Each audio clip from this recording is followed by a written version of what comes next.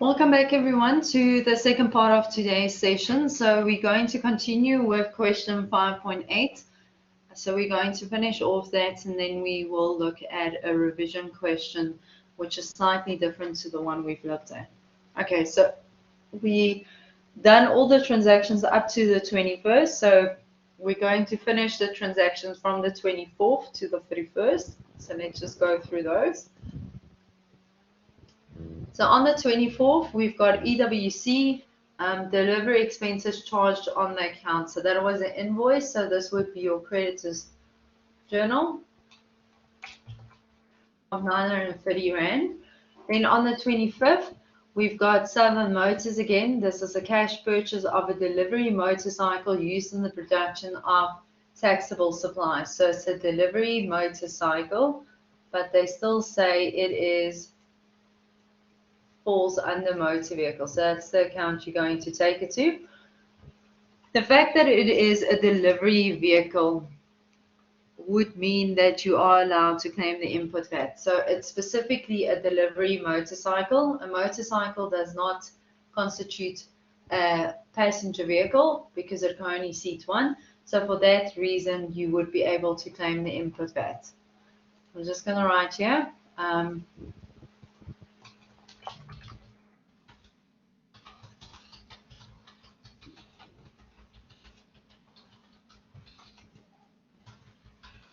As this is not a passenger vehicle. Then on the 26th, we've got Derb Traders. Trading inventory was purchased. That would be your cash book payments.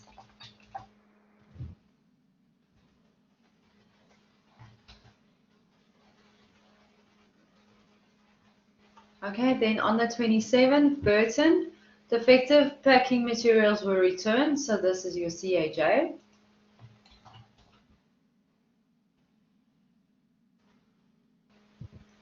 Received trading inventory returned to the supplier, so also CAJ.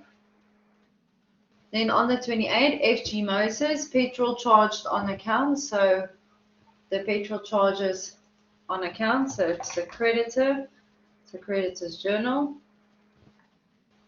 Petrol, remember, is a zero-rated VAT supply. So we're just going to write here zero-rated VAT, which means no VAT will be claimed on the petrol that was charged. Then payment for business office expenses, so that would be CBP. And then we paid K-Minor for his monthly salary, that's also CPP. And then interest charged by Samurai Traders on our overdue account, so that is a general journal.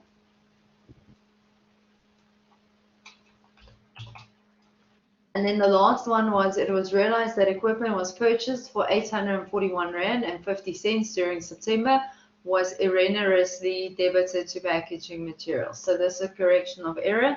This is also a general journal. Okay, so let's go capture these last transactions in the Excel file. Okay, so on the 24th, we said a delivery expense was charged on account. Okay, and we said that was a creditor's journal. Okay, so it's the 930, and then we've applied the VAT, and the VAT exclusive amount goes to delivery expenses. Then on the 25th, we purchased a delivery vehicle or motorcycle. Because of the fact that that motorcycle is not a passenger vehicle as defined, we would be able to claim the input VAT on that item. Then on the 26th, we purchased trading inventory. So we would also be able to claim the input VAT on the trading inventory and account for it the same we normally do. Then on the 27th, we returned defective packaging material to the supplier. So that's our CAJ.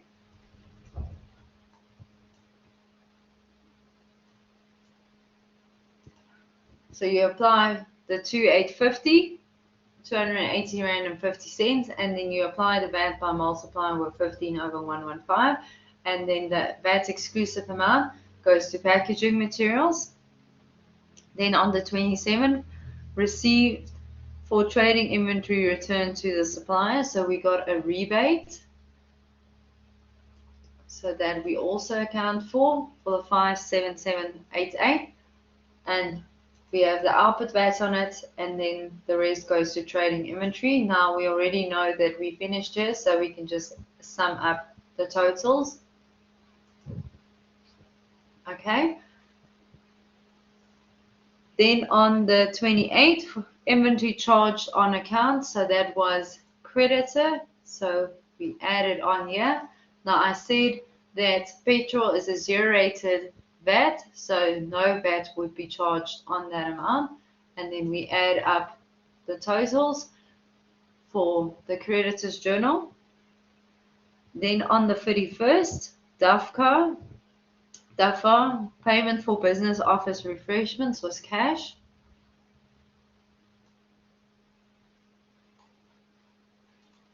Okay, because of the fact that it's office refreshments, it has no VAT because it is an entertainment expense. And then K Minno's salary was paid. Now remember, salaries does not have a VAT component because it is specifically excluded from the definition. And then we sum total, get the totals for each column. Then we still have two entries, the interest that was charged by Samurai Traders because we have not settled our account on time. So we would increase our interest expense, debit interest expense, and we would credit creditors control with the interest amount of 375. And then the last one was the equipment that was purchased and it was taken to packaging materials. Now remember, we would have claimed the input VAT, so only the VAT exclusive amount would be transferred between the two accounts. So equipment is what we need to increase, and we credit packaging material. Okay, so this is question 5.8. Do you guys have any questions on this?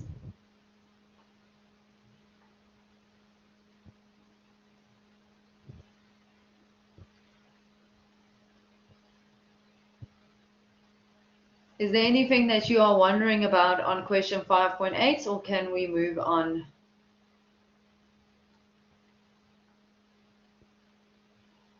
You can just indicate in the chat function.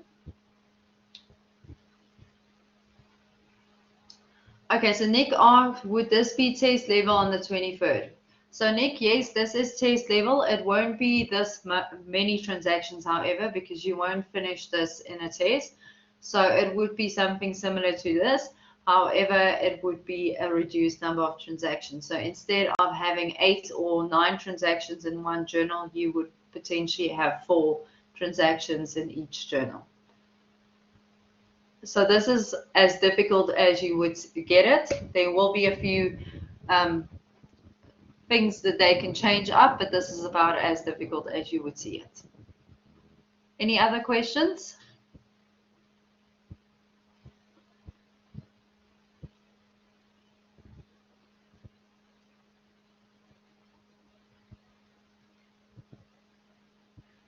Okay, then let's move on to the next question we are going to deal with is a revision question. The question is available on VC Learn, but I'll open it up on the screen for us. So this is one of the past questions that we've had in a test. So you can see it's a lot shorter than the previous question. That's normally about 35 marks. Okay, so let's quickly have a look and see what information do they require from us. So in this question, they wanted us to do the debtors journal, the debtors allowance journal, the creditors journal, and the general journal. And then once you've completed all of those journals, they also ask you to do the general ledger accounts with inventory, which had a balance of 265,000 on the 1st of April, and they ask you to balance the account. and then debtors control, which had a balance of 34,000 on the 1st of April, and they say you do not have to balance this account. So what they want you to do is they want you to do 4 journals. Now, based on the mark allocation, you can see the debtors journal will have the most work in it, and then debtors allowance, creditors journal, and the general journal will have a few transactions in there. Okay, so let's see what information that they give us. Natasha Naidu runs her own business, Good Beauty Products. Good Beauty trades in national skincare products and is not a VAT vendor. Okay, the fact that we tell you they are not a VAT vendor means you do not account for that. So they are not allowed to claim input VAT, and they do not raise output VAT on it. So if you missed this, you would have done VAT incorrectly, and then you would have lost the marks. So, furthermore, you had to see that we are busy with the perpetual inventory system, which means we take any purchases to our inventory account, which is also an asset account. Okay, so let's quickly look at the information. Purchase merchandise from Nature Supply on credit for 265,000 less 5% trade discount. So we said if there's 5% trade discount, we are only going to record 95% of the amount. So we're going to record the amount less the 5% trade discount. Credit sales of merchandise to Tamara Taylor for 145,000, and they tell you the markup is 25%. Okay, so you can tell me what will the cost be, what will the sales price be, what will the markup be? How would you complete this? Okay, so based on the markup equals 25%. Will the cost price be 100? Would it be less than 100? What will the markup percentage be, and what will the sales percentage be?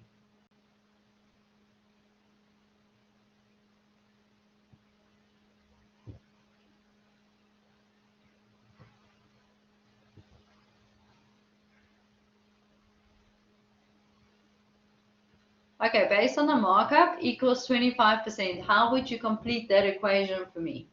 You can type your answer in the chat function.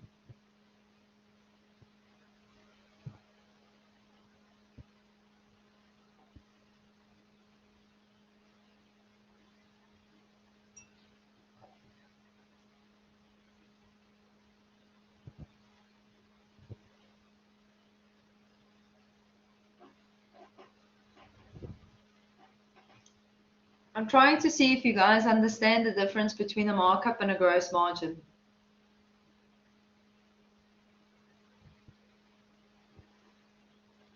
Okay, when you see markup in a question, if they give you this terminology, it means it is the markup percentage on the cost price. Okay, so that means our cost price is going to be 100, our markup is going to be 25, and our sales will be 125. Okay, so that's what that one means. Then tomorrow returns unwanted goods and issue a credit note of 25,000. Then inventory was sold on credit to Chen Cho Chun for 95,400. Here they talk about a gross margin. Okay, so as soon as you see gross margin, it is a markup percentage on the selling price. Okay, so this is the difference between these two. It is very important that you know the terminology. So how this would differ then is my sales price would now be the 100. My markup here is 20, which means my cost price is 80.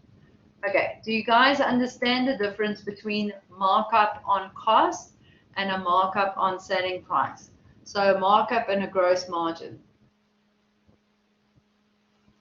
Is the difference clear to you guys? Because they will ask this in your test. They will ask it in the exams. It is part of your assignment. So you guys need to make sure that you understand this. Okay.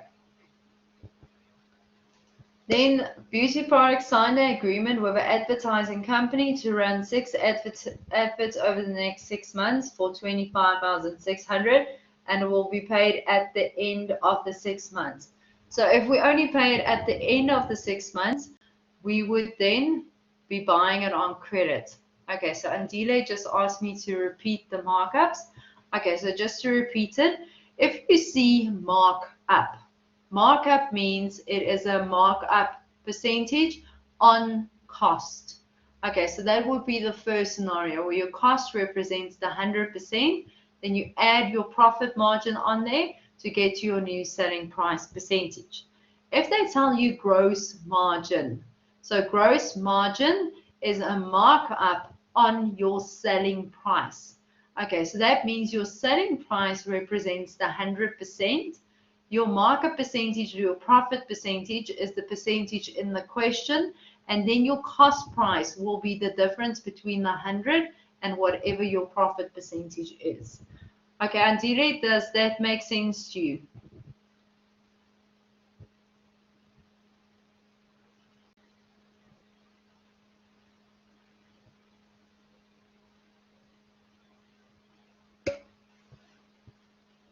Okay, excellent.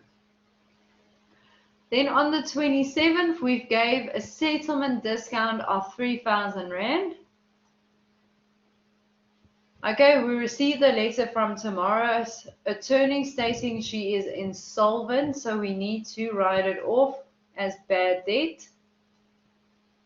And then we realized that stationery purchase on credit for 21,000 was recorded in the inventory account. Correct the error. Okay, so let's start with the transactions. So on the 2nd, we purchased merchandise from Nature's Suppliers on credit for 265,000 less 5%. So we said that goes to our credit. Sorry, we purchased it, so it would go to our creditors journal.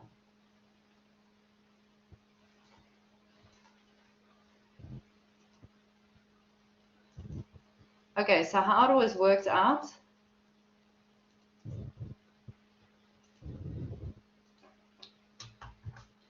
The 265,000 times 90% would give me the 251,750. Okay, now because of the fact that we do not have VAT in this question, you would see the VAT column was 0. Okay, that's why there was no VAT. Then on the 4th, we have credit sales to Tamara Taylor for 145,000. Okay, so we've got credit sales to Tamara for 145,000. Okay, but now to work out the cost of sales. The cost of sales would be the 145,000 times the 100 over 125. Would give us 116,000. Now, where did we get the 100 and 125? This is where the 100 is the cost price, the 125 is the sales price. Okay, so that's how we convert it to a cost of sale. Then on the 14th, they returned some of the unwanted goods for 25,000. Now, remember, when I return goods, I also have to work out the cost of sales. Now you're going to apply exactly the same method that you've applied previously. So you're going to take the 25,000 and multiply it with 100 over 125 to get to a cost of sales of 20,000.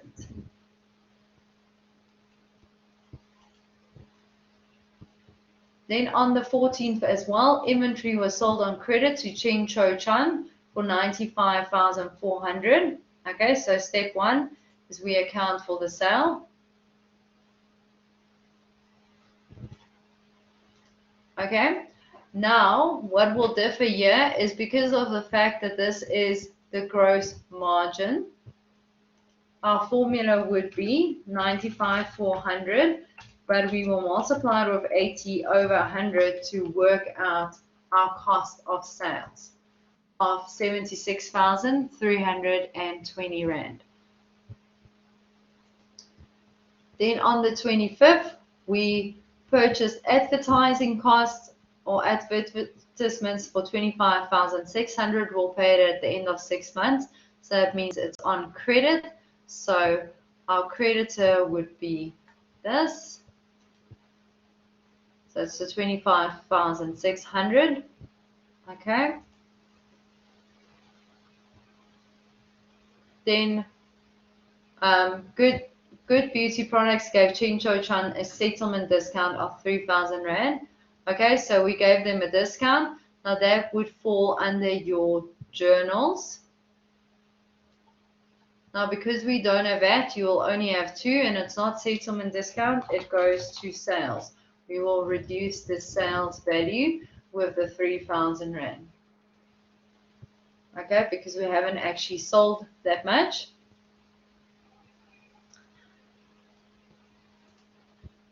Then on the 30th, we received a letter that they are insolvent and their balance must be written off.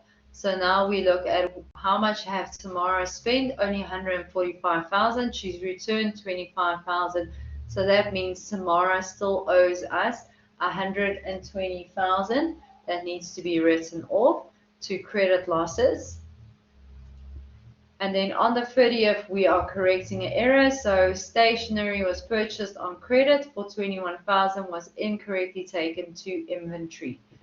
Okay, so to correct that error, we will debit stationery and we will credit inventory. Okay, just to explain these half marks or 1 marks here, this is how the mark allocation would have been for the question. So you would have received half a mark for each account detail and you would have received half a mark for getting the amount correct. Whereas here you would have received half a mark for the details, and then depending on if there was a calculation involved, it would have been 1. If you just transferred the amount, it would have been half a mark. Okay, so that is how the mark allocation would be. Okay, now after doing all of the transactions, the next step we have to do before we can actually complete the general journals is to total the columns. Okay, once we've totaled the columns, then we can go complete the inventory account. Now the first thing, if we scroll to the additional information, we know inventory had a balance of 265,000 and debtors control had 34,000. So the first thing you do is you go into the opening balance information into your accounts. Okay, you would normally get a mark for that. Then we go back. Now we look. Okay, we've got our debtors journal. We have debtors control and we've got inventory that we have to account for. Okay, so we say debtors control, let's start with debtors control was 240,400. Okay, so if I go to my debtors control, it would have increased it because I've got sales. So I debit total sales and VAT. Okay, because it's VAT, but because of the fact that we did not have VAT, total sales would have also been correct if you just did sales. Okay, so it's 240,400 Rand. Then we go to the next column, we return 25,000. So that would reduce our debtors control. So our debtors control would be reduced by the 25,000. Okay, then we've got a settlement discount given to Chen Cho Chan for 3,000 Rand. But remember, Chen Cho Chan owed us 95,400. So that means we would also have to do the bank amount. So this would be the 95,400 less the 3,000 to work out what is the bank value, and then the settlement discount, this would be sales,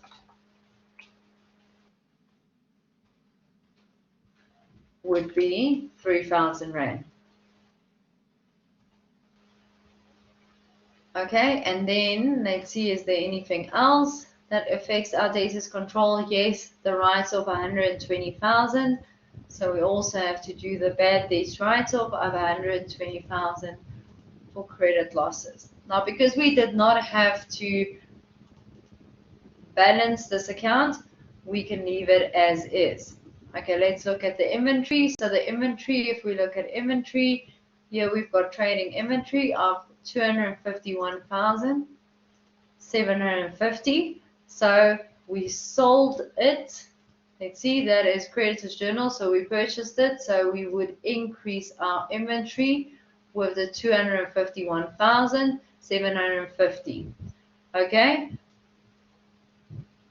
Cost of sales, this would go to inventory and this would go a return. So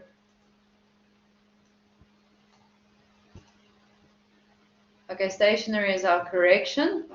Okay, let's quickly see. So this would be debit, cost of sales, credit, inventory. So our inventory here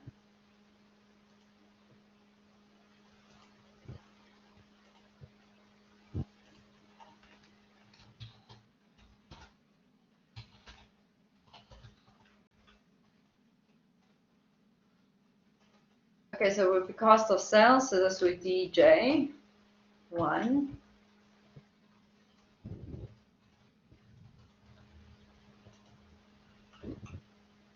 This would equal the 192,320. And then we would have cost of sales on this side, which is DAJ1. And that would equal the 20,000.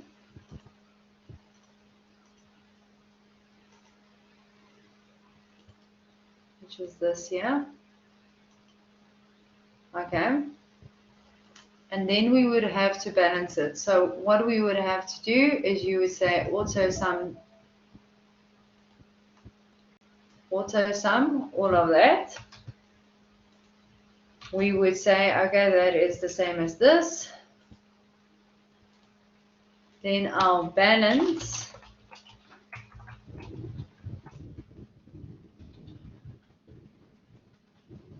carried down would be this less that less that.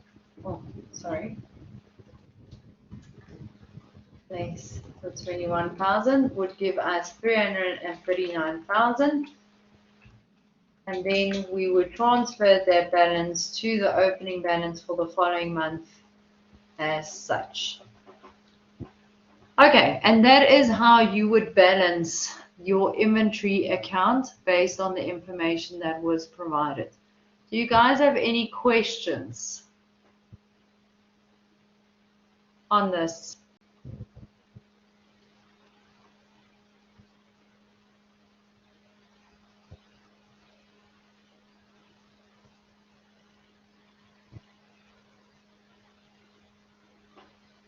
Do you guys have any questions?